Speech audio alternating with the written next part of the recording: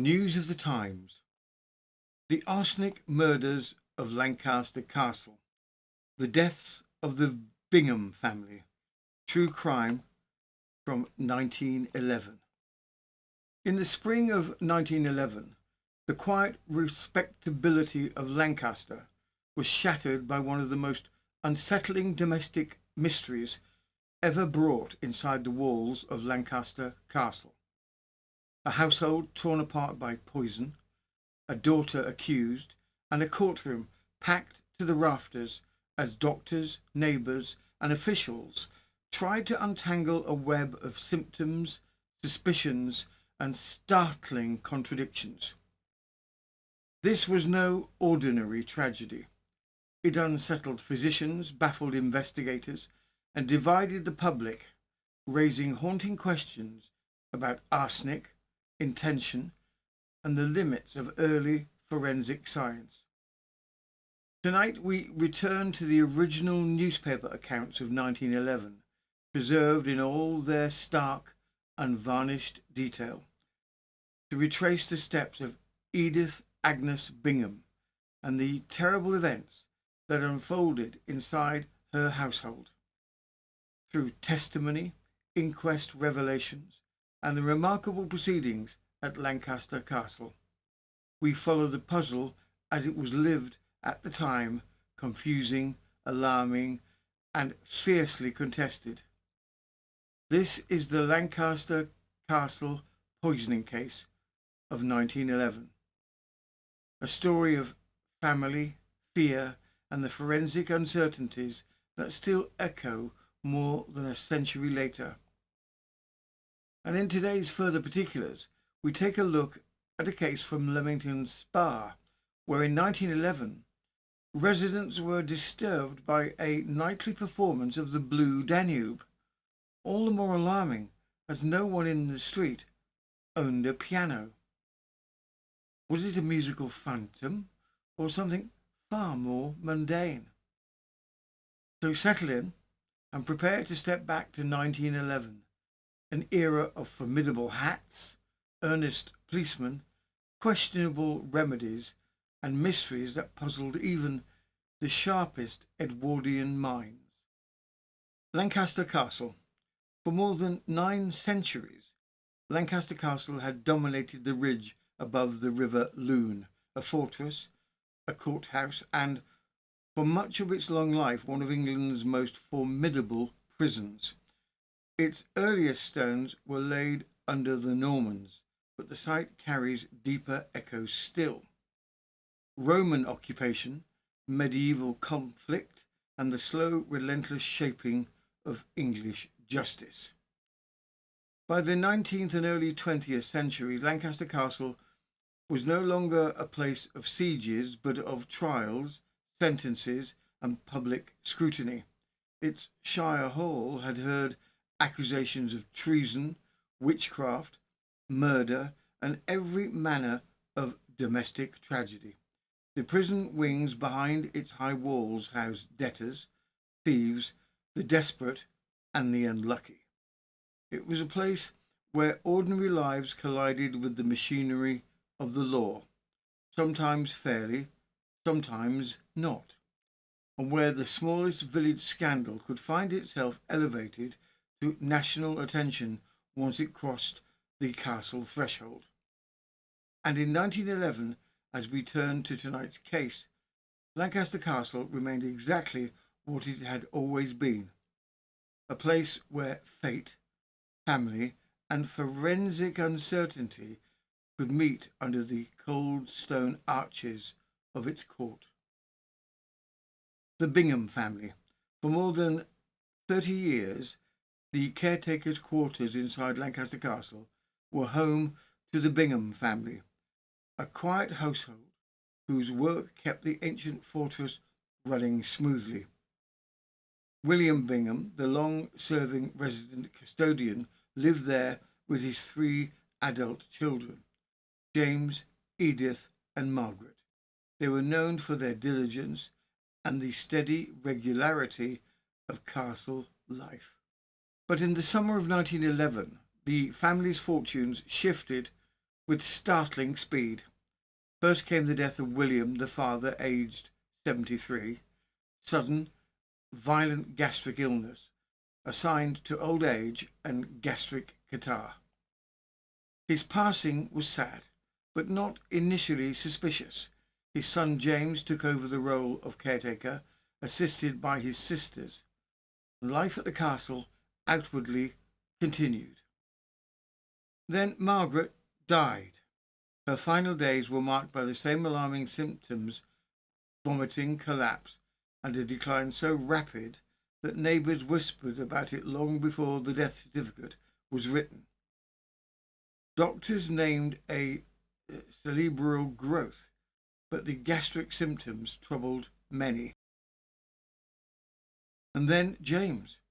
After eating a meal prepared by his sister Edith, he was seized by the same distressing illness that had preceded the deaths of their father and sister. His condition deteriorated despite medical care. Within days, too, he was dead. 3 deaths, all sudden, all marked by the same violent gastric collapse. What had looked at first like a tragic cluster of misfortune began to appear like something far darker. The authorities took notice. Investigators spoke quietly of arsenic. The coroner spoke of striking coincidences, and within weeks the exhumations began. At the centre of it all stood Edith Bingham, the last surviving member of her family at Lancaster Castle. From the Lancaster Observer and Morecambe Chronicle, the 18th of August 1911. The inquest opened and adjourned. The inquest was opened last evening at the town hall before Mr. Holden, the coroner, who said he was sure the news of the death of Mr. Bingham must have come as a shock to the town. 3 members of the family, the father and 2 adult children, had died within 8 or 9 months. Such a series of deaths in one family was bound to excite their sympathy. Mr. Bingham was a well-known man. He occupied a position which brought him into contact with those who had duties at the court, and he only succeeded his father, who was court keeper for many years, a few months ago. He, the coroner, expressed his sympathy and that of the jury with the members of the family in the trials that they had gone through. The deceased was taken ill on Saturday afternoon. Although the doctor had been in attendance upon him during the days of his illness, he was not satisfied that there was sufficient reason to account for death, and so the matter was reported to him. In such case, an inquest was necessary, and he, the coroner, had also found it necessary to order a post-mortem examination, which was carried out on Wednesday morning. The doctor could not find from that examination anything to properly account for death. That rendered a further step necessary, which was to send the stomach and some other organs for analysis, and that was done on Wednesday afternoon.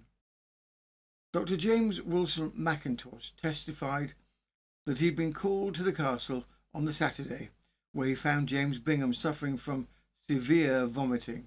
The illness continued, and on Monday the patient was moved to Mr. Cotham's house in St. Mary's Gate, where he died the following afternoon. A post-mortem was carried out on Wednesday morning.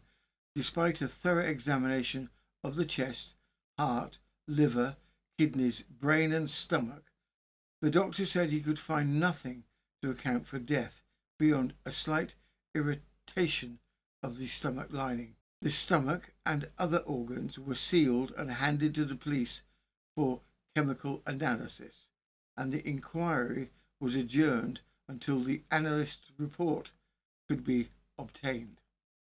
The story of 3 sudden deaths within one household, and within the walls of Lancaster Castle no less, quickly drew the attention of the national press. What had begun as a local tragedy was now gathering momentum, and the inquest widened to consider the earlier deaths of William and Margaret Bingham. As the reporters dug deeper, it became clear that opinions outside the castle gates were already forming. Several acquaintances and neighbours hinted with varying degrees of confidence that their suspicions rested on Edith, the surviving sister, described by some as simple, weak of intellect, or not quite capable of managing matters alone. These early whispers soon shaped the direction of the inquiry. From the Western Daily Press, the 31st of August 1911, mysterious death at Lancaster, evidence at the inquest. The death under mysterious circumstances of Mr. James Henry Bingham, court keeper at Lancaster Castle, aged 37, formed the subject of the coroner's inquiry at Lancaster last night. Dr. Mackintosh, in evidence, said the symptoms of violent vomiting induced him to suspect poisoning. He recalled in a specialist nurse instructing her to watch the food. Sickness being renewed, he advised the patient's removal to a friend's house, where death took place the following day, August the 15th, 3 days after the seizure. Death was, in his opinion, due to arsenical poisoning. Mr. William Henry Roberts, assistant county analyst of Liverpool, testified to finding in the stomach and intestines traces of white arsenic in minute quantities, which in the aggregate were more than a fatal dose.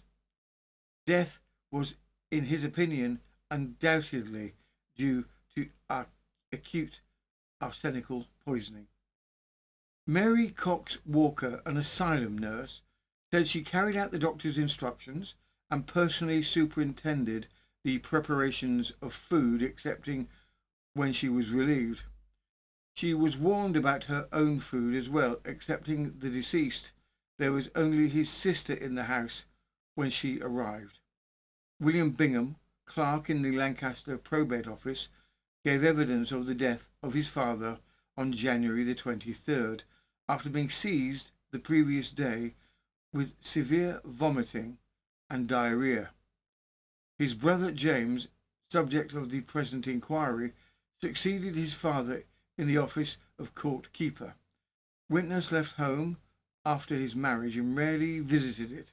In response to a request, his sister Margaret arrived on July the 18th to be his mother's housekeeper and look after his sister Edith.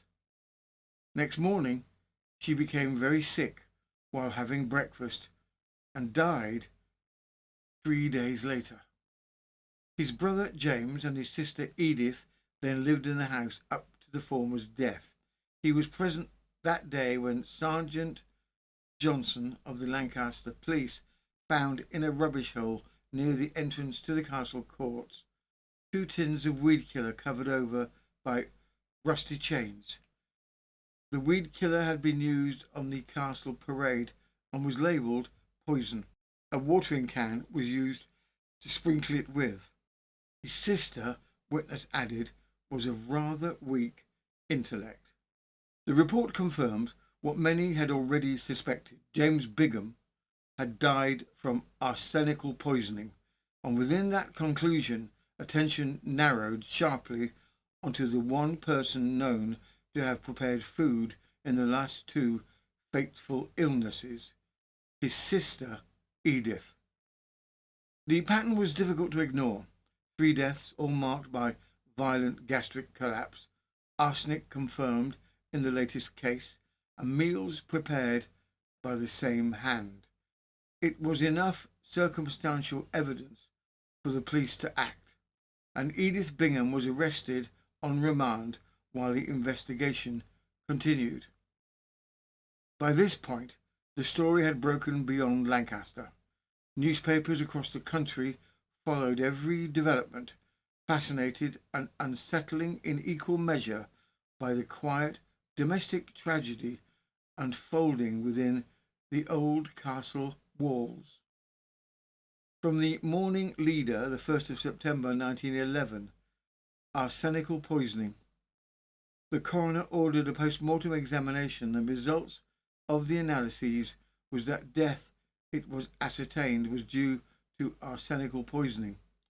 Inspector Whitfield of Morecambe said, in company with Detective Sergeant Johnson of the Lancaster Police, he arrested the prisoner at her temporary residence in Lancaster after the inquest, and she was taken to the county police station and, after being duly cautioned, was charged. The prisoner's lengthy statement. She made a rather lengthy statement in reply, which Superintendent Barnett urged should not be read at that stage. He was willing for the prisoner's solicitor to see it. He asked for a remand on the evidence given, and Mr. Oglethorpe offered no objection. The prisoner wept bitterly when the court rose. It was recalled at the inquest on Wednesday that 3 other members of the family had died within the past 3 months, namely Annie Gertrude Bingham on the 12th of November 1910, aged 30, William Hodgson Bingham, the father, on the 22nd of January 1911, aged 73, and Margaret Bingham, retired prison attendant, on the 22nd of July 1911, aged 43. The deaths of the 2 last named were preceded by severe vomiting. When Police Inspector Whitefield arrested Edith Bingham, it was reported that she claimed her innocence, stating that the weed killer was only used by her father, William, and her brother, James. No one had mentioned the arsenic-loaded weed killer to Edith. What had begun as curiosity over several sudden deaths within one family living inside Lancaster Castle now shifted rapidly into something far more alarming. The question whispered in the town and soon printed in papers across the country was brutally simple. Could Edith Bingham, a quiet and married woman described by some as of weak intellect, have been a poisoner within her own household? As journalists dug into the family past, suspicions only grew. There were rumours, unconfirmed but eagerly repeated, that as many as 6 deaths connected to the Binghams might warrant investigation. Whether fair or not, the idea took hold quickly, and the castle's caretaker's daughter was not merely unlucky, but possibly responsible for a string of tragedies that had gone unnoticed until now.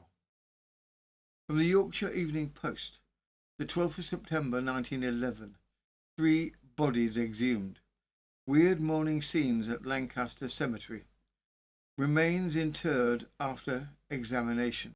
The exhumation of the remains of the 3 members of the Bingham family of Lancaster Castle in connection with the castle poisoning mystery was accomplished under Home Office orders with the strictest secrecy between 3 and 5:15 this morning.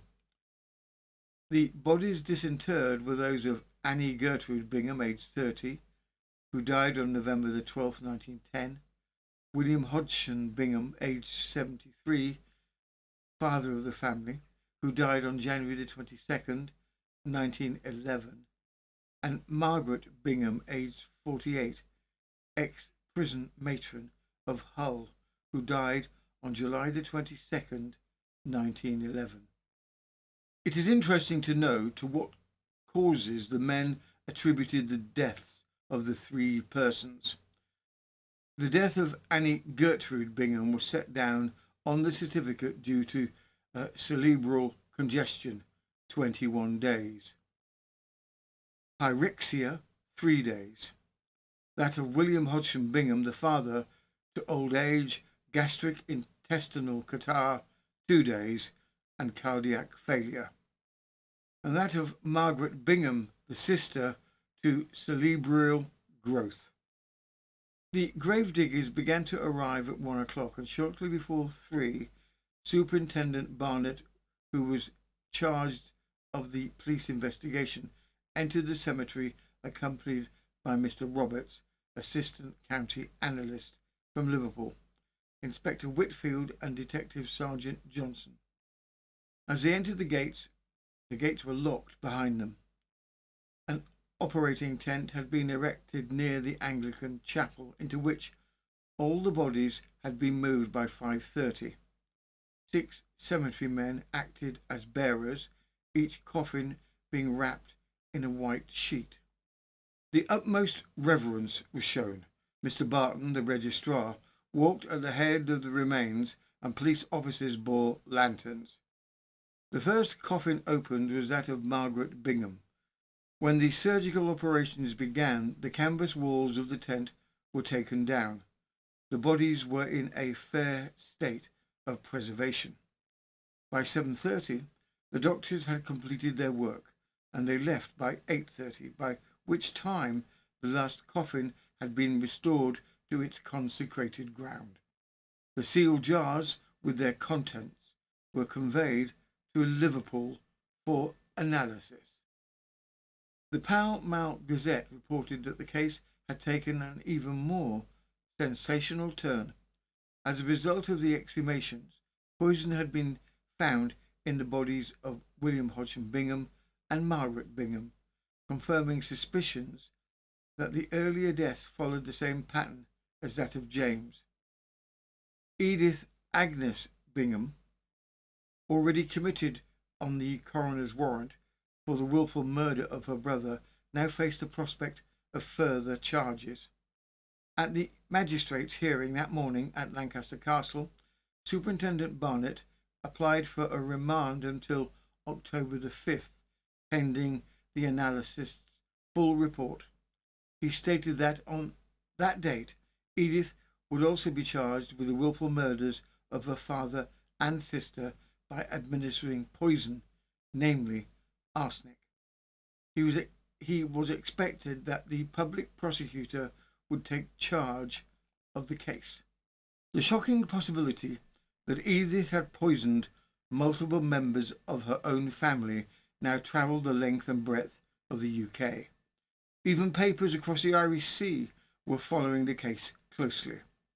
The Irish Weekly and Ulster Examiner described the exhumations as a poison sensation, noting that arsenic had been found in the bodies of William and Margaret Bingham, and that Edith now faced 3 separate murder charges. Their last report echoed the Lancaster proceedings almost word for word, a sign of just how widely the story had spread. Edith had already been arrested on suspicion of murdering her brother James. He was, after all, the one who had prepared his final meal. But once the exhumations were completed, the case widened dramatically. Edith now faced additional charges for the deaths of her father and her sister, the pattern of symptoms in all 3 cases proving far too alike to ignore. As the trial approached, the weight of evidence seemed on the surface overwhelmingly against her. 3 sudden deaths, the analyst's findings, the nurse's testimony, the weed killer tins, and Edith's constant presence in the household. All of it appeared to point in one direction.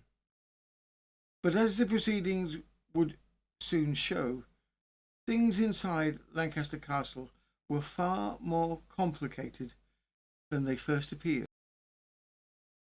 From the Liverpool Evening Express, the 5th of October 1911. Did she poison them? The Lancaster Castle sensation. Charge of murdering father, brother and stepsister. Woman in dock. Counsel outlines case for the prosecution. The sensational Lancaster poisoning case was further investigated today at the police court at Lancaster Castle. The accused woman, Edith Agnes Bingham, was brought up on 3 charges: causing the death of her brother, James Henry Bingham, courtkeeper at Lancaster Castle, by administering poison to him on August the 12th, and causing the death of her father and stepsister, William Hodgson Bingham and Margaret Bingham, who died, the former in January and the latter in July of the present year. The accused had already been committed to trial on the first charge on the coroner's warrant. The case had aroused intense interest, and the courtroom at the castle was crowded long before the proceedings began. When called, the accused stepped lightly onto the dock. He was dressed in black and wore a big black hat. The Crown opened by asserting that Edith had poisoned her father, her sister Margaret, and finally her brother James William Hodgson Bingham, and had long been the keeper of Lancaster Castle, and Edith, 29 years old, had served as housekeeper and cook since the death of an elder sister. Tensions in the household were noted. In July, James brought their sister Margaret to the castle to take over housekeeping duties over the head of Edith. Margaret died within days. Edith resumed control of the domestic rooms, but James was said to be dissatisfied and soon engaged Mrs. Cox Walker to manage the house. On August the 12th, James sent a boy to buy beefsteak and a roll for his dinner. Both were handled and handed to Edith.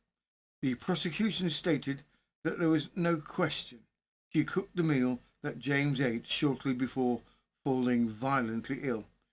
He worsened rapidly and died 3 days later. A post-mortem and analysis concluded beyond doubt that he had died from acute arsenical poisoning. The prosecution argued that suicide was improbable and accidental poisoning could not be entertained. Neither Edith nor Mrs. Sampson, the charwoman present that day, had eaten any of the beefsteak. Thus, the Crown maintained that arsenic must have been administered by some other person, and the circumstances pointed squarely to Edith. Where did the poison come from? As to where the poison came from, weed killer was used at the castle, but he was unable to say that on August the 12th there was any quantity of it there, although it had been used there this year. The weed killer contained arsenic, which has no taste, is colourless, and it has no smell. It was a poison which might be used under such circumstances as were suggested in this case. Motive. The Crown pointed to motive. Edith, they said, had been increasingly pushed aside within the household. When Mrs. Cox Walker arrived to take charge of the housekeeping, Edith reported felt humiliated and isolated. As evidence, the prosecution produced a letter Edith had written to her sister Nellie in Manchester on the Monday after James first fell ill. She complained bitterly of her circumstances. "They're making it harder for me every day," she wrote. "I haven't had anything to eat in the house all last week. Get me away soon. Everybody seems to be my enemy." The prosecution suggested that her final line indicated a woman under considerable emotional strain, who felt driven to a breaking point. The trial moved on with testimony from relatives outside the castle household, witnesses who, in their own way, suggested an additional motive. Their accounts hinted at long-standing tensions within the family and further strains that prosecutors argued might have weighed heavily on Edith.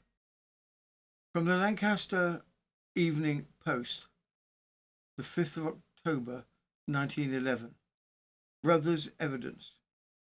Father and accused not on friendly terms. Prisoner in tears during the cross-examination. William Edward Bingham, 70, Wingate, Saul Road, probate clerk of Lancaster, said the deceased was his brother, and he held the position of court keeper at Lancaster Castle to the time of his death on August the 15th. William Bingham told the court that his father and Edith were not on friendly terms, the strain arising, he said, from Edith getting into debt. The quarrels had grown serious enough that Edith had avoided the family table altogether. It was also revealed that Margaret, the elder sister, had been due to retire from the prison service and take over the housekeeping at the castle. This arrangement had been discussed openly after their father's death, and Edith had been present. Margaret arrived on the 18th of July to assume control of the home, and with Edith still doing the cooking.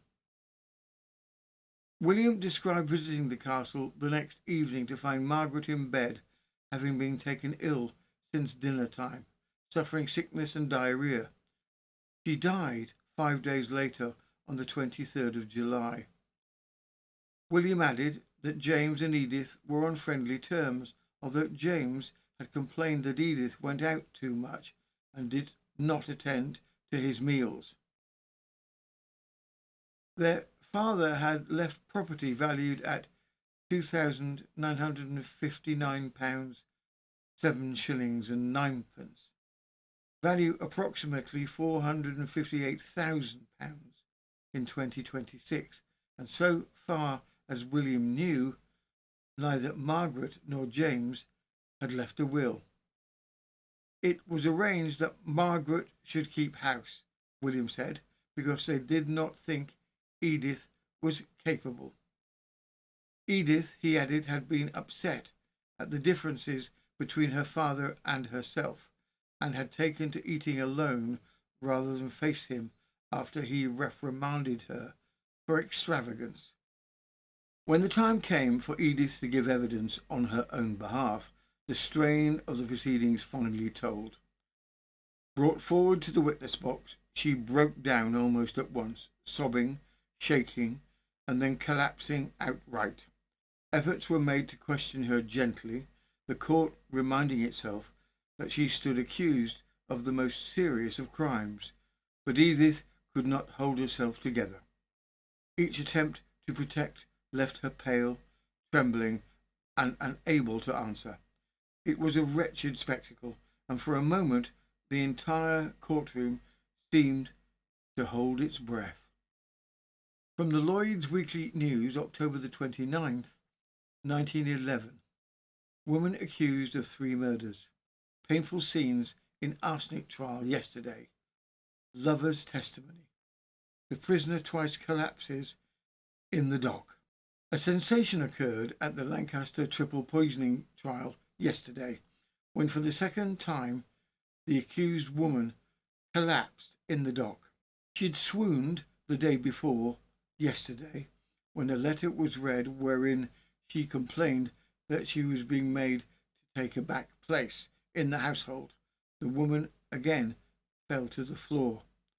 As the jailer and wardress reached her, she broke into hysterical shouting and, foaming at the mouth, and was with difficulty carried below by the doctor, jailer, and the wardress. The case against Edith was, at its core, entirely circumstantial. She was spoken of as dull, even slow, but never as malicious. No witness had seen her administer poison. No one had heard threats, and the supposed motive, resentment at being pushed aside in the household, hardly rose to the level of clear intent to murder. The defence seized upon this. William had been in the ground for 8 months, Margaret for 1.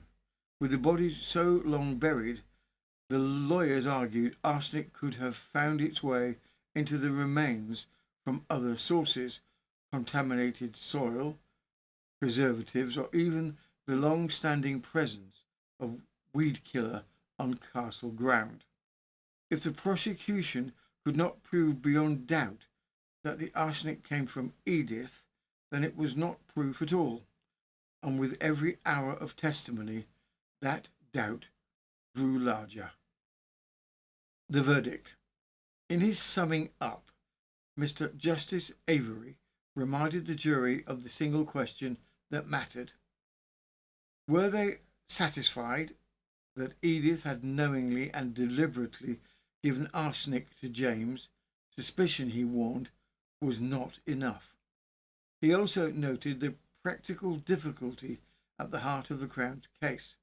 If Margaret had been poisoned at the family table, why had no one else who shared her meals fallen ill?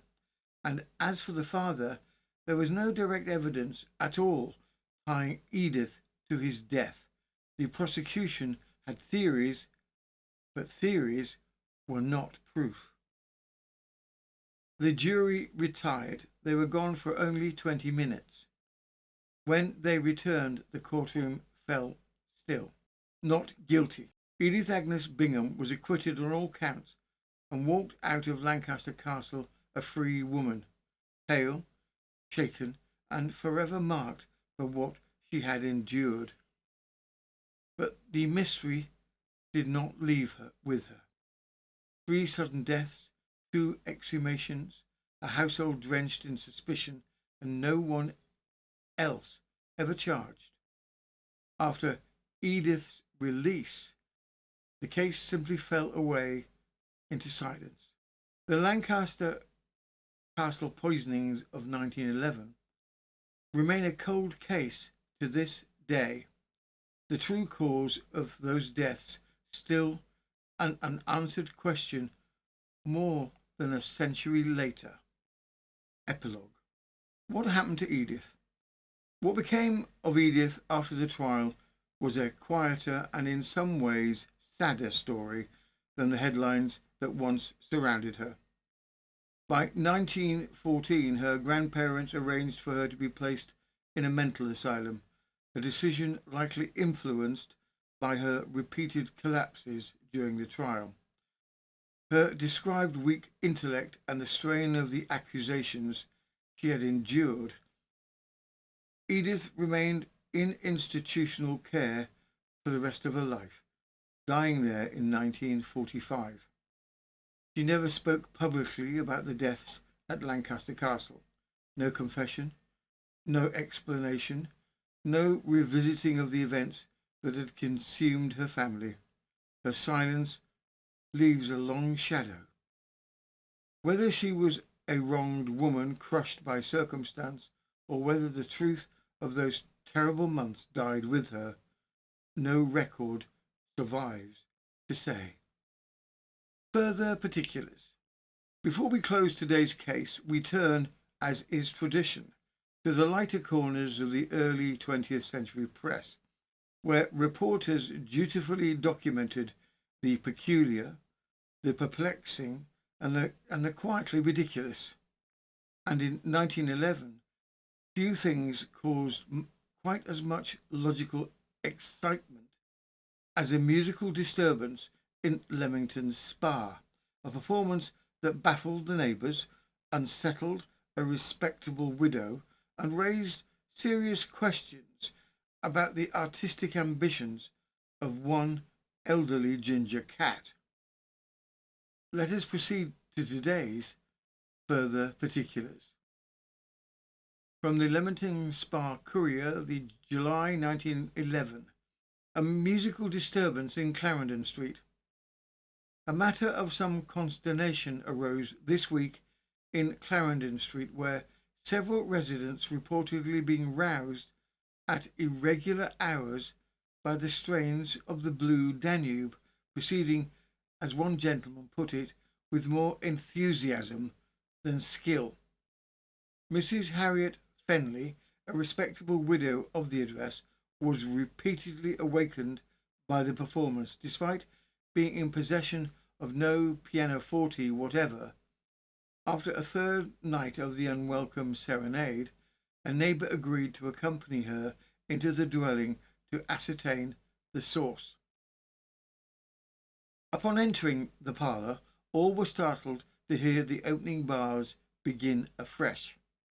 Investigation revealed the true culprit, a large ginger cat, believed to be a stray, which had taken to leaping upon the loose sill of the parlour window. This movement produced sufficient vibration to engage the pedal mechanism of a player piano frame left in the cellar by previous occupants, still connected to the parlour flooring in a most inconvenient manner.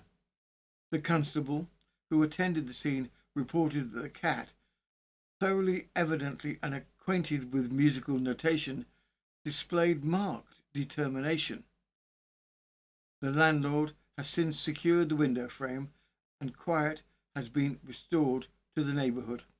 The cat has not been seen since, although rumour places it near a fishmonger's in Regent Street, where its talents may be more suitably appreciated.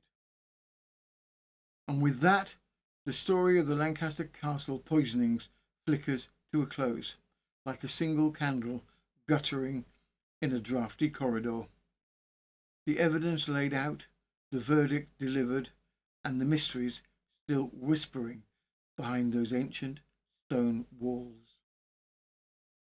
If you enjoyed travelling with us through this unsettled corner of 1911, please do tap the like, subscribe and share buttons.